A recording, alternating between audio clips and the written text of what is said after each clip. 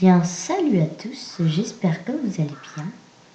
Alors, aujourd'hui, on va regarder une vidéo comment battre ces 6 méchants de manga invincibles.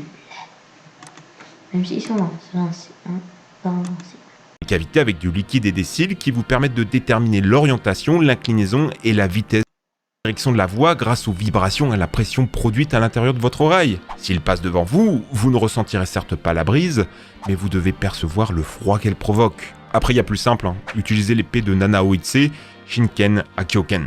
Cette arme ayant le pouvoir de priver la puissance de son adversaire et de l'utiliser contre lui.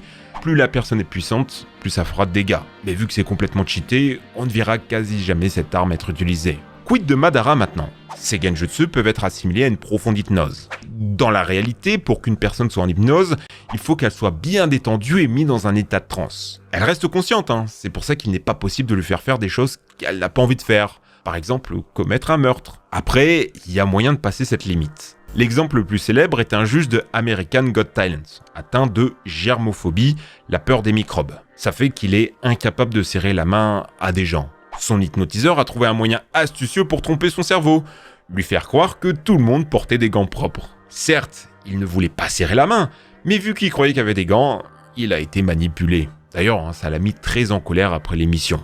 L'idée pour vous, c'est de sortir de cet état de transe. Et le plus simple, c'est de vous faire mal. C'est pour ça qu'Aizen ne blesse jamais ses adversaires.